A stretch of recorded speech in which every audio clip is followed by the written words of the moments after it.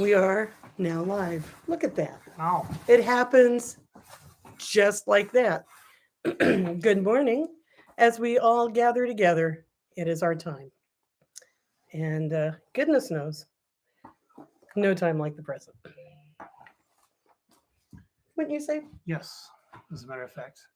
What do you think? Should we putter around a bit or should we launch right Let's into it? putter for a moment because, Yeah. we've given folks absolutely no uh, time to think that perhaps we were getting ready as we got here right at the stroke of 9.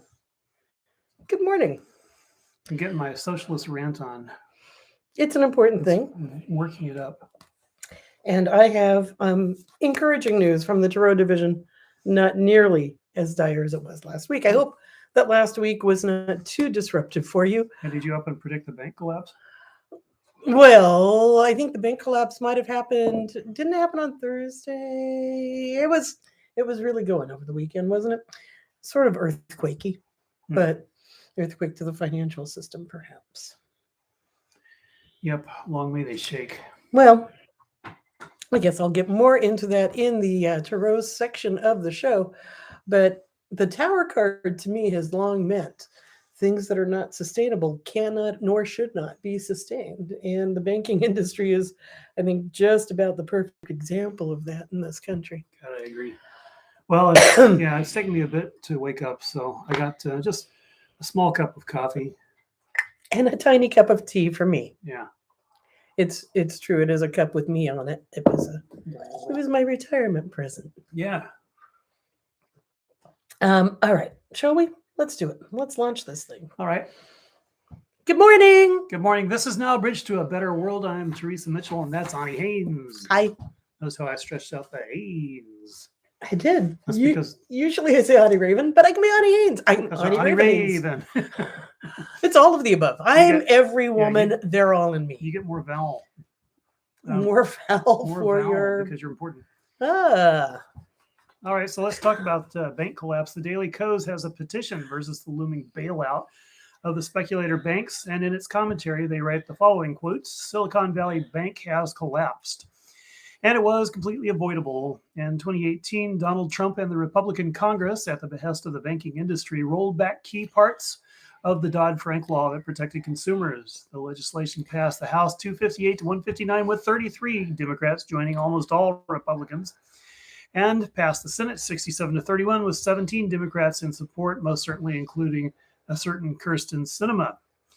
The Dodd-Frank Act, known as the most far-reaching Wall Street reform in history, was supposed to prevent the excessive risk-taking that led to the financial crisis and create a new consumer watchdog to prevent mortgage companies and payday lenders from exploiting consumers. In her New York Times op-ed on Monday, Senator Elizabeth Warren laid it all out and discussed where we go from here. Senator Warren, however, has been sounding the warning bell for years, and she's quoted here saying, Washington is about to make it easier for the banks to run up risk, make it easier to put our constituents at risk, make it easier to put American families in danger, just so the CEOs of those banks can get a new corporate jet and add another floor to their new corporate headquarters, end quote. Had this not happened, big banks would have been subject to stronger liquidity and capital requirements to withstand financial shocks. The collapse we now see could have been predicted and prevented, and consumers' assets would have been protected. Instead, we saw Silicon Valley Bank executives give themselves huge bonuses hours before the federal bank regulators rushed in to take over a Oopsie failing doodles. institution. It's just good business sense. They just had good business sense. I'm sure there was no insider knowledge or. Yeah, these are rats who have left the sinking ship on many an occasion, and they know to loot it first now. They did this because in the current financial regulatory environment, they believe they could get away with it, end quote. So it'll be interesting to see if Kirsten Sinema gets away with her enthusiastic shilling for the gambler banks. And that's what it's about. These banks gamble. And Dodd-Frank, and before it, I disagree with what Daily Kos said here. It's not the strongest law ever. Glass-Steagall was stronger in its context. But Kirsten Sinema took fistfuls of dollars from those institutions, and now we see the result as the banking system totters on another 2008. Notice I didn't say another Great Depression, because 2008's collapse wiped out more money. I can just see Sinema twerking merrily with her thumb thrust down as she did while denying the working class a bearable minimum wage. Cruella de Vil lives on and exerts great power. So what's wrong with you, Arizona? Oh wait, I already know. And the Republicans' response to the threat of bank collapse, well, they weren't racist enough. They were too woke, and that's why they lost their money, which doesn't make a bit of sense, but that's fine for their constituency, and they know their constituency. It doesn't matter whether it makes any sense or not. They just come out and say, "Be more racist," and they cheer. They love it. Meanwhile, as Rebecca Gordon writes in Alternet, the National Low-Income Housing Coalition put its data in perspective through what it calls a housing wage, the hourly rate you need to make working 40 hours a week to afford to rent a place in a specific area. For many Americans, housing, they report, is simply out of reach. In 2022, a full-time worker needs to earn an hourly wage of $25.82 on average to afford a modest two-bedroom rental home in the U.S. This housing wage for a two-bedroom home is $18.57 higher than the federal minimum wage of $7.25. In 11 states in the District of Columbia, the two-bedroom housing wage is more than $25 an hour. A full-time worker needs to earn an hourly wage of $21.25 on average in order to afford a modest one-bedroom rental home in the U.S. Unfortunately, many people don't earn $21.25 an hour, which is why they hold 2 or 3 jobs or add Uber or DoorDash shifts to their other work. It's hardest for minimum wage workers, as the NLIHC, the National Low Income Housing Coalition, observes. In no state can a person working full-time at the prevailing federal, state, or county minimum wage afford a two-bedroom apartment at the fair market rate. Furthermore, in only 274 counties out of more than 3,000 nationwide can a full-time worker earning the minimum wage afford a one-bedroom rental home at the fair market rate. And those are some sad sack counties where the housing reflects the fact that no one around has any money. For people living at or below the poverty line, the situation is even direr, which is why so many Direr, which is why so many end up unhoused, whether by couch surfing among friends and family or pitching a tent on the street. We've nearly couch surfed. we did couch surf. I mean, that was extra room surf, extra sure. rooms. It But was that a was- tiny extra room. That was only Yeah. because they had a tiny extra room. We would have been on a Yeah. couch otherwise. I mean, With my daughter in the storage room. no, it's true. We have been to that level of houselessness, and I was before I met you a few times, couch surfing with friends because yeah, Because minimum wage is less than minimum. indeed. Can I run back to that first story about the Democrat support for the Yeah, run on. yeah Do tell. just to say, Sinema didn't actually vote to end the Dodd-Frank Act because she was not a senator at the time. She was elected in 2019, Ah, but Manchin sure as heck did, right? And just wanted to put it out there. Not exactly a correction because God knows she was there in spirit. oh yeah, she was. But very Manchin enthusiastic. certainly did vote to end that, and then we had Senator Heinrich from New Mexico, a Democrat who voted that he was not voting. He abstained because that's always important on these sorts of franks. I could go down the list, but I won't. And I, look it on up. Manchin right there, front and center. Carry So in on. the coming months, the situation is expected to get even worse now that pandemic-era eviction moratoriums and the $46 billion federal emergency rental assistance program are expiring. According to the Pew Research Center, these programs prevented more than 1 million people from being evicted. And you can bet those landlords are waiting for the first moment they can evict. All right, changing topics, which is something that I wish Amy Goodman would say now and then. And As an moving on ADD from person, I that, can't follow. Yeah. Alison Parshall writes in Scientific American, functional magnetic resonance imaging, or fMRI, is one of the most advanced tools for understanding how we think. As a person, an fMRI scanner completes various mental tasks. The machine produces mesmerizing and colorful images of their brain in action. Looking at someone's brain activity this way can tell neuroscientists which brain areas a person is using, but not what that individual is thinking, seeing, or feeling.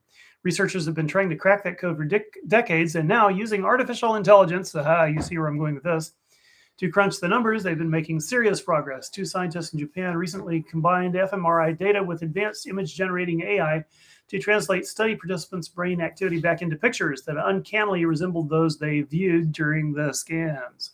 The original and recreated images can be seen on their website. Yu Takaki, a neuroscientist at Osaka University in Japan, one of the study's authors, said, quote, "We can use these kinds of techniques to build potential brain-machine interfaces," end quotes. Such future interfaces could one day help people who currently cannot communicate, such as individuals who outwardly appear unresponsive but may still be conscious. And it was recently accepted to be presented at a major conference. And so, of course, reading this, I'm glad that this means that people in that condition might get some help. That's fantastic. And but we live in a society in which this will certainly be used to read your mind. So there you have it. Artificial intelligence moves on. So changing topics again. Oh, There's sounds just like me. a little echo. Oops, doodles. How's that happen? Excuse me. So here we are at the anniversary, the 20th anniversary of the Great Aggression versus Iraq. And it has some things to tell us, I think, as we watch the Russians do much the same thing.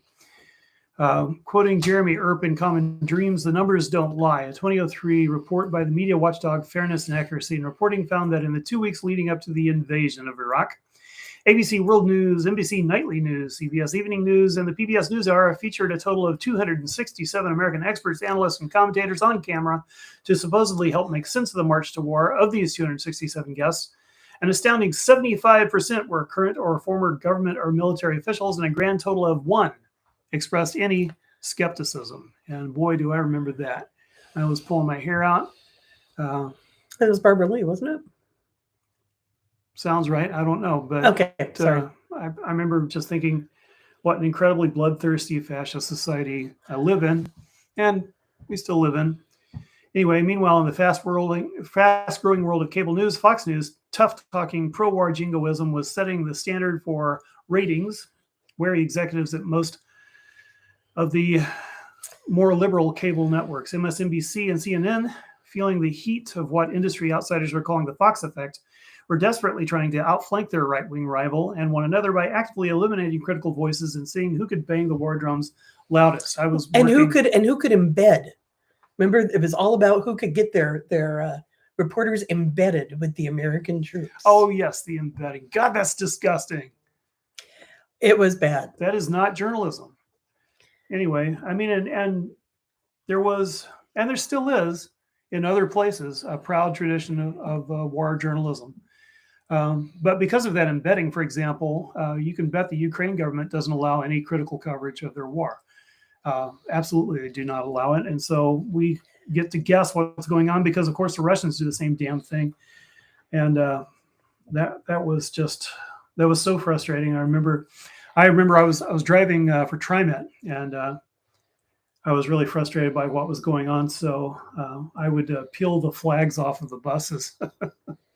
At MSNBC, as the Iraq invasion approached in early 2003, network executives decided to fire Phil Donahue, even though his show had the highest ratings on the channel. A leaked internal menu explained that top management saw Donahue as a tired left-wing liberal. I used to rant against Donahue for being such a conformist, and so mild. He was one of the early examples of a feminist man on television in the 70s. But he was just a little bit different. And so they saw him as a tired left-wing liberal who would be a difficult public face for NBC in a time of war. Noting that Donahue seems to delight in presenting guests who are anti-war, anti-Bush, and skeptical of the administration's motives, the memo warned ominously that his show can end up being a home for the liberal anti-war agenda, at the same time that our competitors are waving the flag at every opportunity. And also to butt in here just for a moment. Please butt away. We saw something phenomenal last night, and I'm gonna I might put a link to it in our descriptions later on this morning. I didn't get a chance to before we went on the air, but Mehdi Hassan is a British journalist who has a show now, a regular show on MSNBC, and he had a show this week that was about the Iraq War. And in it, he flat out called what the U.S. did war crimes. He tied this into the fact that the U.S., uh, votes against holding folks responsible for war crimes. Responsible, right? We won't sign on to the war crime whatnot. Boy, howdy, got that straight in my head before I started talking about it, didn't I? But that said, he mentioned that the reason why we've never really, as a country, been very gung ho on getting folks that commit war crimes held accountable is because the fingers point back at us. And certainly in the Iraq War, the US committed war crimes, and the entire war, in fact, was put up for fraudulent reasons. And in his show this week, it was the very first time I've heard any talk like this on mainstream media. And he actually called out US mainstream media for being lapdogs for the war, for not challenging or asking any hard questions at the start of that war, no matter that there were global protests that were larger than any other global protests in history. George Bush, Dick Cheney, and Donald Rumsfeld had it on. They were just going to do it no matter what. And as he reminded us, uh, for Bush, it was kind of like this time it's personal. As he kept going on saying Saddam Hussein was the man that tried to kill my daddy. Which was a lie, actually. Totally a lie, fabricated all the way. I remember one of the members of Death Squad had little circles for eyes. It was just a drawing where they'd forgotten to put in the eyeballs. And it looked like a little Orphan Annie villain. Yeah, it was bad. And so I just want to put it out there that I never thought I'd see the day when somebody on a mainstream news station was saying George Bush, W. Jr., should be held accountable for war crimes, that Cheney should be held accountable for war crimes, that the U.S. commits war crimes. And so all praise to Mehdi Hassan. Check out his show on the Iraq War this week. It was very heartening to actually have that validated by an award-winning journalist now on mainstream television. Yeah. There's no excuse for what the Russians are doing. And it reminds me the of what fog of war is. I mean, the Russians, for example, the Russians attacked famously a major town hall in which children and other non-combatants were staying, and absolutely blasted it to bits, killed everyone in it, which reminds me of the U.S. attacking the Al-Amariyah shelter in Baghdad. And there have been cities been absolutely flattened, brutally made extinct. Well, that reminds me of Fallujah. I mean, it's not like we haven't given the Russians instructions on this sort of thing. Indeed. So thus endeth the rant. And I want to say long ranting is what I mean to say. Right. And I just want to say, yes, BC, in fact, fog of war, still foggy after all these years. Absolutely. You cannot really talk about what we have been doing in wars ever, at least since World War II. And even then, it's pretty squidgy if we start talking about bombs and stuff, because, the reasons we bombed civilian populaces, that's certainly never been made clear in mainstream history. And so the fog of war absolutely shrouds U.S. war interactions, period. We are not supposed to question, even 20 years later, even 50 years later, even 70 years later, we are not supposed to question what our glorious leaders do when it comes to war. And in my mind, there's nothing more important that we can do than question what is being done in our name. So I remember my bosses wanted to fire me so bad. I mean, first I changed genders, and boy, they were just exploding. And then I was against the war. Oh boy! Didn't you try to take your little American flags off your buses? Yeah, that's what I was saying. I peeled them off. Yeah. They didn't like that. That's right. That is what you were saying. Right. So, all this. Let's go ahead and do you want to switch then to Tarot? Let's do that. Tarot. Yep, it's Tarot time. Tarot time. So last week, you may or may not recall, if you saw the show last week, my card said the Tower, Death, and the Fool. And I thought, well, that's pretty dire. That's some serious disruption. And I hope that your lives have been good this week, and that you've come through without too much disruption. Overall, on the whole, yes, the banking industry did take a serious hit, and even so far as the global banking industry with Swiss Bank, is it that's teetery right now in Yeah, they just got in the bailout global too, scene? though. Right, exactly. But requiring bailout to me means teetery, Mhm. right? Um, so all that said, I would like to think that it is the global finance system that the tower was speaking to, because in fact it is not sustainable. It will not be sustained. That transformation that's personal that we all go through, uh, may be a response to that. I know for me this week has been pretty transformative, but hopefully you have come through it well, and with not much scathing, um, and that you are in fact watching each step of the journey and not focus solely on the goal, because the fun is where the steps are. Okay, so that was last week. Let's look at this week. This week we have the Six of Swords inversed. We have the Ten of Pentacles, and we have the Two of Pentacles. And these are much, how do we say, uh, Milder. yeah, a little milder to work with. So the Six of Pentacles, I'm sorry, Six of Swords inversed talks about needing to let go. First, to take accountability, to take good stock of where you're at and where you're stuck. And where you are stuck, let go. Look at how you got there, and if there are any things that you can do to just sort of make a little headroom for yourself. Um, it's sometimes it's about taking accountability for maybe not having made the best of decisions, but be kind to yourself. Maybe you didn't have all the information, but this is the time, in fact, of letting go.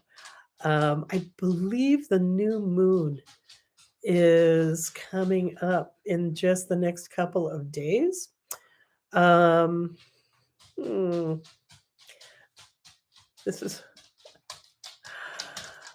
yeah. Let me check that out. Yes. So we are still waning, and it is really a fantastic way to let things go is with the waning moon cycle. Um, it should be dark. We should have a new moon.